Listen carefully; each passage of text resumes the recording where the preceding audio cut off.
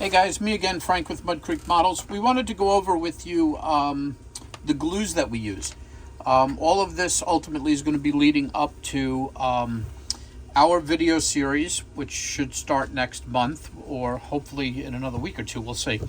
We're going to be building our next structure, but we're going to be doing a video on it so that you guys can see exactly how we build, what we use, and what the final product looks like when we're done videoing. I'm going to take you through each step.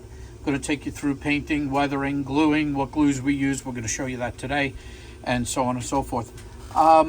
First and foremost, I used to love Elmer's glue, Elmer's school glue. It's kind of cool. It's water soluble. It's a PVA glue, whatever that means, but it's a PVA glue. I use this for fixing things like paper signs and so forth to the sides of the buildings, because it gives you a little bit of a longer drying time and tack time.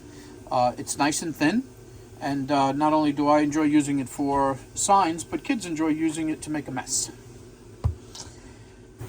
Quick dry tacky glue, again a PVA glue, great stuff, made by ALOMST or ALOMST, forgive the pronunciation. But I use this because it's quick dry.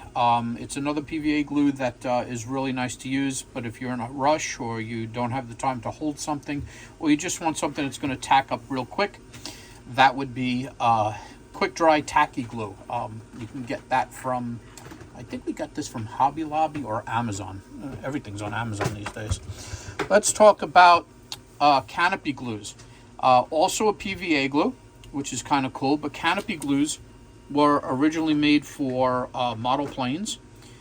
It was used because it has a high tack, dries somewhat flexible still, but the holding strength of canopy glue is amazing, and it is the -- glue that we use when we put our models together. If you think about it, our models sit in a dusty, damp basement all the time. The heat changes, the humidity change.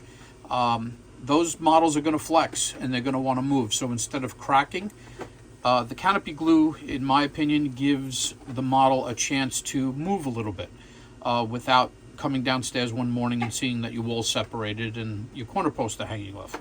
Canopy glue is awesome. That's the one on the right of the screen. On the left of the screen is something similar to a canopy glue. It's made by Super Glue, which is kind of cool.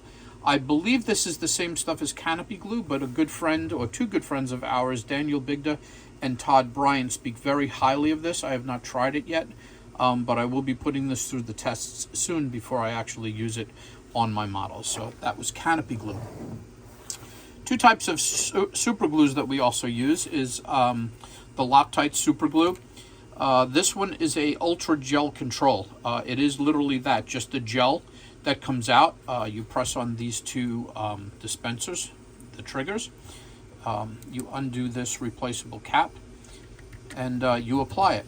The only thing I don't like about this is the fact that you get very little for the $6 you pay for this. If I remember correctly, it's like right there, 0.14 ounces, which is very little. I just wish they made this either cheaper or they made it with more stuff in it. That's one of the super glues. The other one is a professional liquid. I saw other professional modelers out there using this super glue. It's made by Loctite. You get, in this one is 0.7 ounces, so it's, you know, a lot more than you would get. This is almost an ounce. You can actually see the fluid in there moving around. I use this a lot for bracing. I enjoy using this for bracing a lot because bracing to me is a tedious thing. It needs to get done, but it doesn't need to get done at the same speed canopy glue is gonna provide. This just sets up a lot faster. I also have in this bottle here, which I'll talk about shortly in detail. In this bottle here is an accelerator for the super glues, which is good stuff. A drop goes a long way. Using this stuff, I think I've had most of this stuff in here probably for about 1.5 years, 2 years. But the accelerator works very, very nice for any type of super glue, or as they call it, a cyanoacrylate. These two bottles here, they're identical. I use these a lot. These are fine line applicators. That's what it says. You can get these on Amazon. for I think 3 for $10 or $12. These are awesome because they have the perfect 28 gauge needle in it, so that you can apply with accuracy right through that needle. It's got the little pin here that actually fits inside like this. One second. Like that, so that you constantly keep that needle clean and fresh for use with no problems later on. Again, that's on Amazon. Just type in fine line applicator and that will come up. While we're on the subject of super glues and accelerators and the applicators to use them, it's always good, because I can't tell you how many times I have glued my fingers together and actually got scared, started to sweat.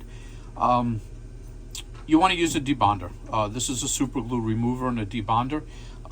This bottle I just bought. No, I'm not through the bottle yet. It's still kind of full. But from time to time, yes, I make a mistake because I'm usually traveling at warp speed to get a model done. And I glue my fingers together.